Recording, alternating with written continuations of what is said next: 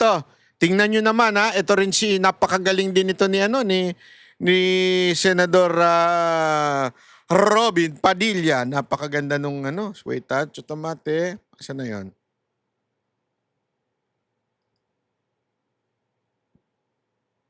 Oh, Ito. Pamahala ng hukom at sa ating Ginoong Pangulo. Maaari po ba makapagtanong sa ating mahal na saksi? Opo, Yo. Your Honor. Maaari po. Sige, Ang una ko banatan pong mo.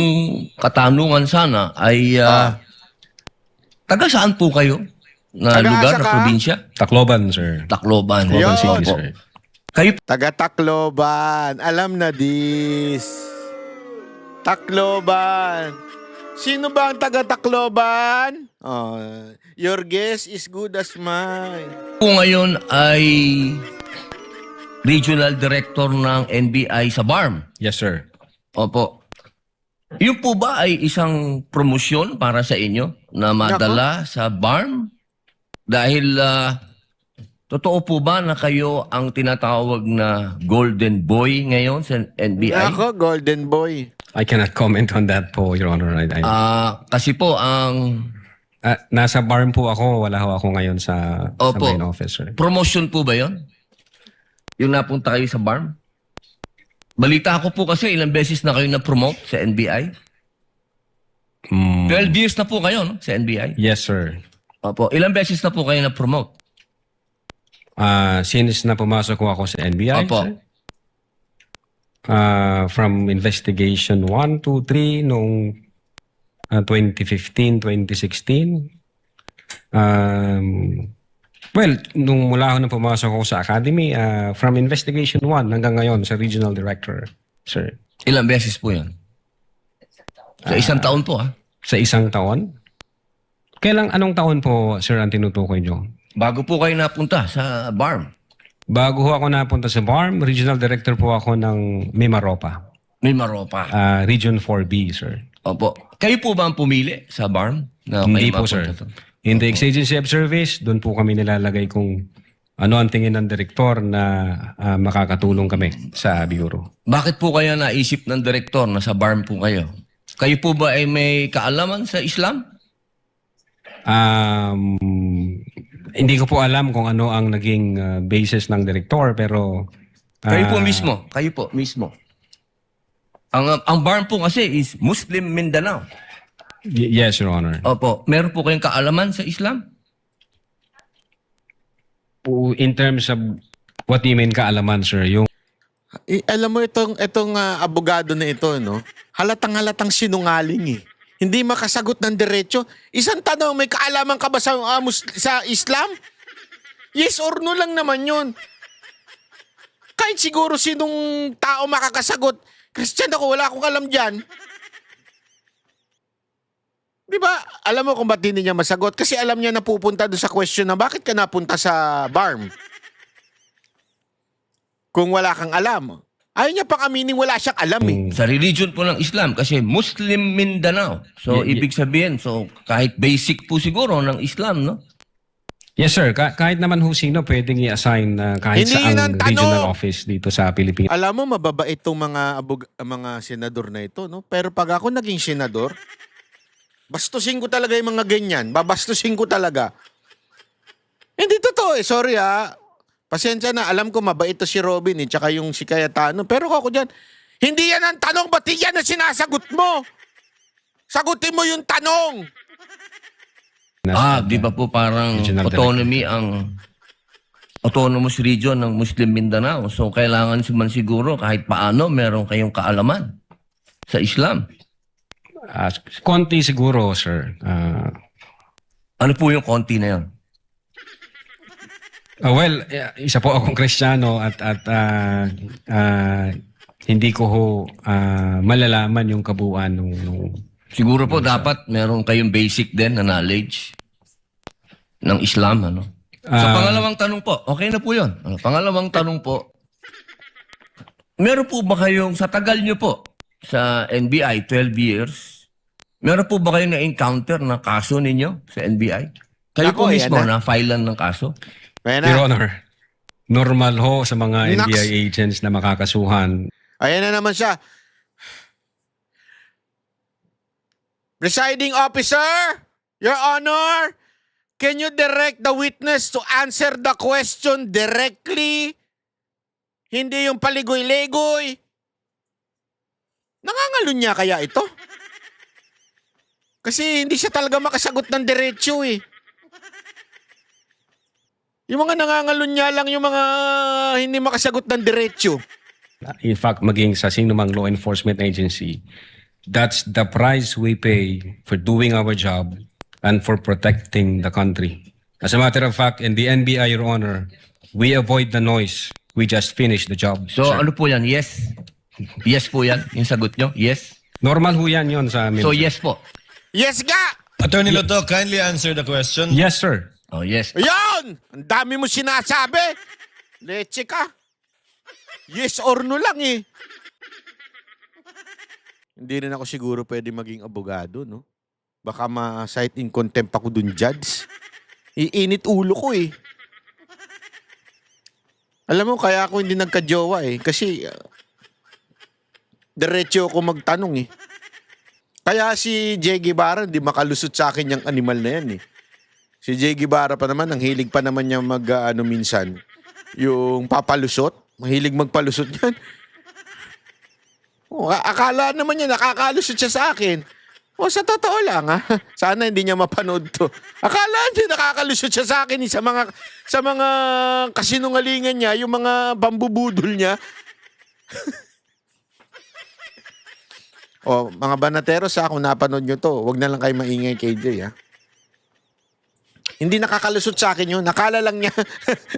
Sinasakyan ko lang yun. Pero akala lang niya nakakalusot siya yung mga ganyan. Pag ako kasi nagtanong, alam ko na kagad. Alam mo kung bakit? Kasi yung tatay ko, hindi ako makalusot nun eh. Nung kabataan ko.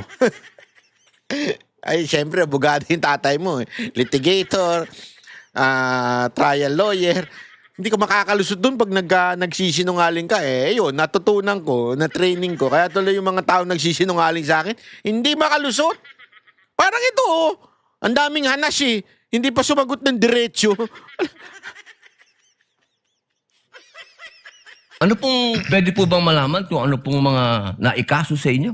Well, wala ho pa akong natanggap na official case galing sa ombudsman, pero may nakita na ho akong complaint na binigay sa akin from NBI. Hindi ko na humaalala yung sa case na yan. Pero nung chinek po namin yung case na yan, Your Honor, sabi ko doon sa mga kasama ko, tingnan nyo nga yung validity at authenticity ng case na to. Pinuntahan ho namin yung nagnotaryo, I So think meron Makati po, no? Court yun. Yung Makati Court, nag-issue ho ng certification na fake yung notary. Diyan sa reklamo na yan. So, Putang ina, notary na naman. Hindi yan ang tanong. May kaso ka ba o wala? Hindi, peke yung notary. sabi ko, wag nyo nang pansinin. Marami tayong trabaho. Kung fake yung notaryo na yan, mere scrap of paper yan. Wag na nating pansinin. Although, nag-aantay po ako, Your Honor, na mag-notify sa akin ng OMB kasi sasagutin po namin na eto ho ang nakalap namin. May 2 Chinese na nagreklamo. Chinek ho namin doon sa BI. Yung 2 Chinese na yan, I think, 9 months nang overstay at pinaghahanap din ng... Ano pong kaso po Bureau of yung Immigration. ipinatong sa inyo? Anong kaso? Hindi ko maalala, Your Honor. Meron ho, may mga kaso ho doon na nakalagay. Pero again, sabi Wala ko po nga, kayong isa kahit maalala na ipinatong sa inyo? if I'm not mistaken, arbitrary detention, may ganun ba? May unlawful Arbitrary arrest? parang inaano lang niya, minamalit niya arbitrary detention. Unlawful arrest. Maliit lang yan. Konti lang yan. Wala ho sa akin ng record kasi nga, sabi ko nga, nung makita namin na fake yung notary, hindi na ho namin binigyan ng pansin, Your Honor. Kasi napakakapal po nitong hawak ko. Yun. Wala akong problema, Yan. Your Honor. Sasagutin po kakapal. namin yan. Apo. Sasagutin ko Hindi niyo po pa po yan. nasagot magmula noong February 29 Kasi wala pa hong official notice galing sa kung anong ahensya. na nakarating po sa inyo. Wala pa. Wala pa ho. Ang nakuha ko lang, yung kopya niyan, siguro may nagpadala sa akin. Sabi ko, teka muna, wala akong official na nare-receive from OMB. So, nung chinek ho namin, kung nag-i-exist ba yung kaso, fake yung notary, hindi na namin So, ibig bibigyan niyo ng pong consent. sabihin hanggang ngayon, hindi kayo sigurado kung nag-i-exist to. Dapat may notice na ako from Ombudsman. Di ba sir. po dapat ang reaction ng isang tao kapag may kaso, harapin? Precisely, Kasi Your Honor. Iniintay ko nga po yung notice from Ombudsman na pag meron akong notice Wala ang po kayong Ombudsman- notice hanggang ngayon? Sa Wala pa ombudsman? po, Your Honor. Yun nga ang inaantay ko kasi sasagutin namin kasi meron po kaming certification na fake yung notary. Inaantay ko po, Your Honor. Mas maganda po, maharap nyo kagad. Definitely, hindi ko lalong-lalo namin na po- tatakbuhan yan, sir. Kasi napakahalaga po ngayon nito. Yes, sir. Sige Oo, nga, ito isa-isahin po, mo nga. Ang lupit nito. Alam mo, gusto ko rin itong style ni Robin eh. Panalo rin itong style ni Robin eh. So, dapat mong harapin yan. Kasi malupit itong mga kaso mo dito. Tapos biglang binanggit niya isa-isa. Grabe. Ay ang pinag-uusapan natin dito ay napakahalaga. Yes, sir. Opo, at ito pong mga kasong ipinatong sa inyo, perjury, robbery, extortion, theft. Perjury ha, perjury. Hindi biro yan, yung kaso niyang perjury. Dili man yan biro. Ba't ka kakasuhan ng perjury? Di ba? Bakit? May matindi yun. Bakit ka kakasuhan ng perjury? Ibig sabihin, abay, meron kang ginawang kasinungalingan. Which is, hindi pinopoint out to, para ad hominem ha. Hindi, may kinaugnayan to doon sa ikaw ay witness na nag-aakusa na dapat i-impeach si BP Sara Duterte dahil sa tingin mo, totoo yung threat na ginawa ni BP Sara Duterte. And bilang witness, ikaw yung nagsasabi, nagko-confirm. So, kung may kaso ka ng perjury, abay malaking bagay yun. Malaking bagay yun. Mainam po ito, As I've said, Your Honor, in the NBI, we avoid the noise. We just finish the job, sir. Opo. Mayroon po akong tanong. Pangatlo. Opo. Kanina po na ang ganda ng talakayan nyo tungkol sa Romanov. Yes, sir. Opo. Alam niyo po ba yung istorya ng Romanov? At ang gaganda po ng mga sagutan ninyo, alam niyo po ba yung historical background ng Romanov? Ang alam ko lang po dyan, Your Honor, yun yung nangyari sa, I think, Tsar, kung hindi ako nagkakamali sa Russia. Sa Russia. Opo. Opo. Sino po ba yung nakakalaban ng Tsar? Again, hindi ko po maalala, hindi ko po nakita yung buong... Yun. Kasi napakahalaga po malaman ng taong bayan kung sino po ang tinatawag natin na Romanov at sino yung nakakalaban nila. Kasi po, katabi ko ang isa sa Marcos family. Yes, sir. Alam naman po natin lahat, batid natin lahat, na si Apo Lakay, Ferdinand Marcos Sr., ang number 1 na lumaban sa komunista dito sa Pilipinas. Batid naman din po natin na ang nag-execute sa Tsar kay Nikolai at sa kanyang mga anak, sa kanyang pamilya, ay ang komunista. Alam mo po ba niyo? Yes, sir. Opo. Ngayon, sino po ba ang pangalawang pangulo na lumaban sa komunista? Second president hindi vice president ang tinutukoy niya dito. Sino yung second president na lumaban sa komunista aside from the Marcos Sr.? Sino po, sir? Ay di si Pangulong Rodrigo Roa Duterte. Hindi ba po dapat isipin natin yung Romanov ay tungkol sa threat na pumapasok sa mga pamilya na mga namumuno dito sa ating bayan na lumalaban sa komunista. Komunista po ako Gusto ko lamang pong alamin ninyo. Yes, sir. Bakit kaya siya naging komunista? No? Alamin nga natin yan. Well, insofar as the investigation on the issue of whether or not may Romanov or operation of Romanov, ang sabi ko po kanina, nasa intelligence service po namin yan. At I think ang makakasagot po niyan, Your Honor, yung director po namin. Opo, kasi nabanggit nyo kanina sa usapan po ninyo si Baste. Yun Na po yung... sinasabi nyo po kasi kanina sa usapan po ninyo, sa napakagandang usapan, na yung Romanov, hindi na ipapaliwanag kasi kung ano ba yung ugat nun. Napakahalaga po na alam natin yung ugat. Si Presidente Marcos Sr. ang lumaban sa komunista, kaya nagkaroon ng threat noong 1986. Iyon. Yes, sir. Ngayon, sinasabi ni Baste na nagkakaroon ng threat sa kanila, pamilya, sapagkat alam naman nating lahat na ang nagpatuloy Na? ng paglaban sa komunista pagkatapos ni Pangulong Rodrigo Roa Duterte ay si Inday Sara Duterte, ang ating Vice President. Sumasang-ayon po ba kayo doon?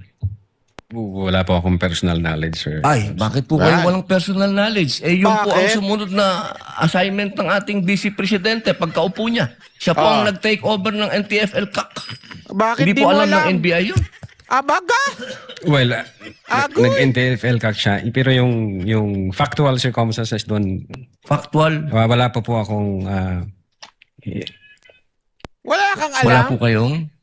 Pero alam niyo po, sagutin na lang po ninyo na siya ang nag-take over ng NTF-ELCAC. yes, Your Honor. Opo. Isa na lang po, ginoong tagapamahalang. Ang pino-point out niya dito, yung sa Romanog, ang pumatay, komunista. Dahil kalaban ng komunista yung presidente. Tama, mali. So, ang punto niya dito, sino ba yung mga presidente na lumaban sa komunista? Di ba? Una, si Marcos Sr. Pangalawa, mga Duterte. Kasi kanina, para bagang keso sinabi ni Basti daw na baka mangyari sa kanya yung nangyari sa tatay niya. So, ang sinasabi niya dito, pinalalabas nila na si Baste nang galing yung threat. Na baka mapatay ka ha, Marcos ha, kasi ganyan na nangyari sa tatay mo. O ganyan yung, di ba lagi nila sinasabi? Ano sinasabi niya dito? Kasi yung Romanog na yon, yung sinasabi na yon, yun tungkol sa mga komunista ang kalaban ni Marcos Sr. noon. Ngayon, baka mapatay ka rin yan kasi hindi mo ata na napapansin na nakikipagkuntsabahan na yung mga nasa paligid mo, yung mga opisyal mo, nakikipagkuntsabahan na sa mga komunista dyan sa loob ng kamara. Baka one day magising ka na lang, niyayari ka na nitong mga komunista na to. Yun yung sinasabi. Parang ang pinalalabas kanina sa usapan ay ang dahilan daw nung Romanog na yan ay para bagang si Basti nagsimula banta ay kay Marcos, hindi naman kay Vice President Sara Duterte. At ang parang lumalabas, nanggaling pa sa mga Duterte yung pagbabanta.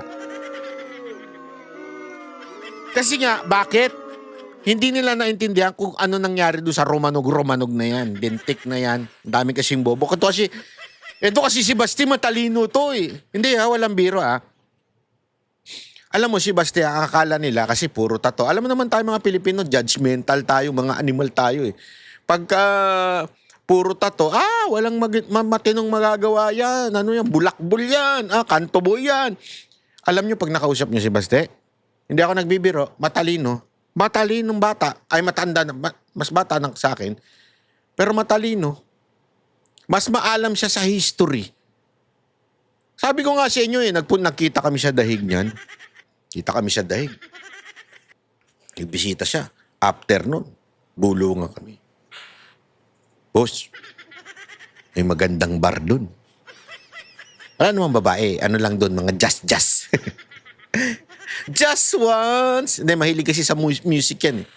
Ay, mga just, ang ganda oh. Hindi, maganda lang yung kumakanta. Ay, yung nagigitara ata.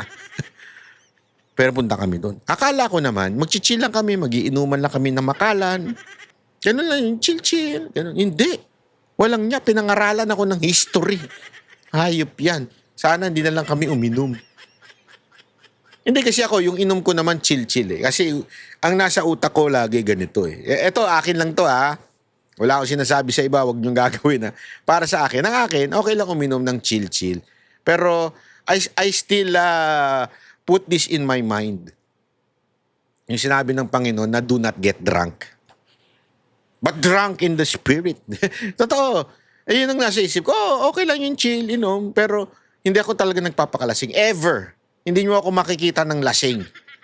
As in, antok, oo. Lasing, hindi. Pero alam mo yun, so sabi ko, sige, chill lang tayo. Isang malupit na makalan yan. Sarap! 18 years old. 18 years yung makalan. Sabihin, masarap, di ba? Smooth, ika nga. Umiinom na kami. Aba, si Basti nagkikwento ng tungkol sa history. Hayop yan. Hindi ko na matarok yung sinasabi niya. Sige lang siya ng kwento ng history. Pwede ba pag-usapan natin babae na lang? Hindi, joke lang. Hindi, walang ganun. Kung sino man yung asawa niya, jowa niya, hindi ko alam. Wala kaming ganung usapan. Hindi, sabi ko lang sa kanya, sabi ko, hindi ba pwedeng pag-usapan natin yung tungkol sa siguro politika sa Pilipinas, hindi, history, kasaysayan ng mundo. Hayop yan. Ganun katalino yung mama na yun. Wala lang sa mukha niya dahil sa tattoo niya. Pero matalino yung mama na yun. Ba't ko sinasabi to? Kasi yung Romanog na yun yung ibig sabihin nun. Hindi dahil gustong patayin ng mga Duterte, si Marcos. Yun yung pinalabas kanina eh. Oo, ng mga senador na iba, di ba? Nanggaling naman yan kay Baste. So, ang threat pala na kay Marcos. Kanino galing yan? Kay Baste. So, si Baste ang magte-threat kay Marcos. Gago ang puta. Tanga rin eh. Kasi nga, they do not understand or they do not know Romanog. Yun ang problema. Buti na lang. Nandyan, si Robin Padilla. Yawn! Hindi, alam mo magugulat ka dito kay Robin Padilla eh. Ito yung nilalait ng artista lang yan. Siga-siga ka lang yan. Pag nagsalita yan, parang barumbadong tagakanto. Pero alam mo, for this past few days, this fifth day of impeachment, siya ang may sense. Aside from Cayetano, siya ang may sense ka, Siyempre, yung mga minority na kasama ni Cayetano, lahat may sense. Yung mga nasa majority, ewan ko. Sana, wag na sila magtanong, sabihin na lang nila, hindi, guilty si BP Sara, tapos na usapan. Hindi, ganun eh. Pero ito pinapaliwanag talaga. Kaya, palakpakan natin si Senator Robin Padilla. Anyway, maraming salamat po. Bantayan po natin paulit-ulit itong impeachment dahil grabe ho ang media. Pinapanood ko yung media eh. Pagkapanood mo talaga ng media, walang mabuting ginagawa, walang mabuting sinasabi. Wala talaga eh. Talagang bias. Talagang pok-pok lang itong media na ito eh. Mga bayaran talaga eh. Kaya magbabantay tayo sa social media ha. Pag yung mga katiwala natin talaga, yan ang ating bantayan, mag-subscribe at i-share. Huwag lang tayo manood ha. Huwag kayong selfish. Sabi nga, huwag mong i-gatekeep. I-share mo yan. Pag may maganda kang nalaman, natagpuan, i-share mo yan. Huwag mong i-gatekeep. Okay? Maraming salamat po. God bless everyone. Magkita-kita ulit tayo sa susunod na upload. Kami ang boses ng masa, hindi natatakot. Katotohanan lang, di kami nalulunod. Walang bahid ng sismis, lahat ay totoo. Kahit sino ka pa, pag mali ka babanatan ka. Walang pinipili kulay, wala kaming kinikilingan. Basta para sa bayan, kami lalaban. Pag tama palakpakan, pag mali banatan. Di matitinag, di matatakot, para sa bayan tuloy ang sigaw. Sa harap ng kamera, walang halong takot. Mga baluktot, lahat kayo'y tutumba. Ang hustisya at totoo, yun lang ang mahalaga. Kahit sinong harang, di kami matitinag. Walang pinipiling kulay, wala kaming kinikilingan. Basta para sa bayan, kami lalaban. Pag tama palakpakan, pag mali banatan. Di matitinag, di matatakot, para sa bayan tuloy ang sigaw. Kung nasa tama ka, ikaw ay aming kasama. Pero pag mali ka, handa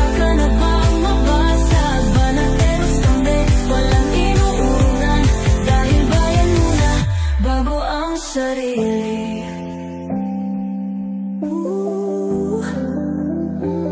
Bago ang sarili.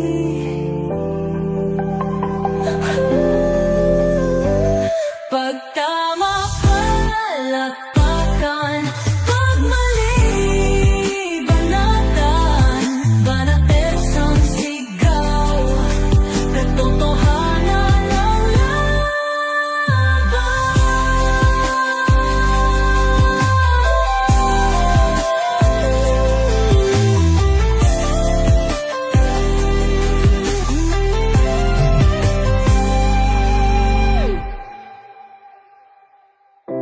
Sa